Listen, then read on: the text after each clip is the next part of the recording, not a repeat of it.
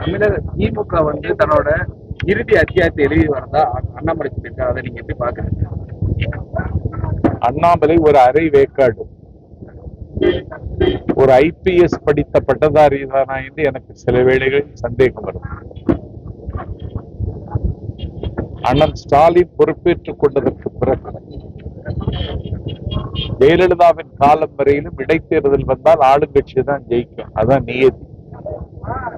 23 தொகுதிகளில் சட்டமன்ற தேர்தல் வந்த பொழுது 13 தொகுதிகளை அதிகாரத்தில் இருந்த அதிமுகவிடமிருந்து திமுக பெற்றதென்றால் அது திமுக செய்திருக்கிற நிகழ்ச்சிய சாதனை.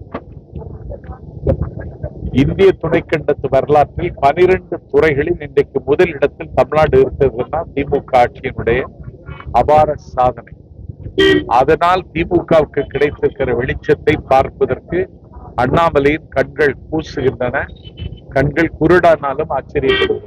தொடர்ந்து தாவேகா தலைவர் திமுகவையும் பாஜகவையும் தரமாரியா விமர்சிச்சுட்டே வர்றாங்க. அது குறிப்பா மன்னர் ஆட்சி உள்ளிட்ட பல கருத்துக்களை திமுக எதிராக சொல்றாங்க. அதை நீங்க எப்படி பாக்குறீங்க? இது மன்னர் ஆட்சி இல்ல, வின்னர் ஆட்சி.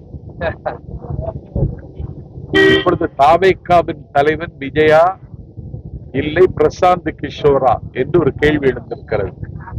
எங்கே என்ன நடக்கிறது என்றே விவரம் தெரியாமல் விஜய் இருக்கிறார்.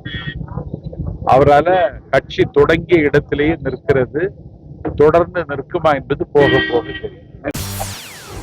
செய்திகளை உடனுக்குடன் தெரிந்து கொள்ள உடனே சப்ஸ்கிரைப் பண்ணுங்க.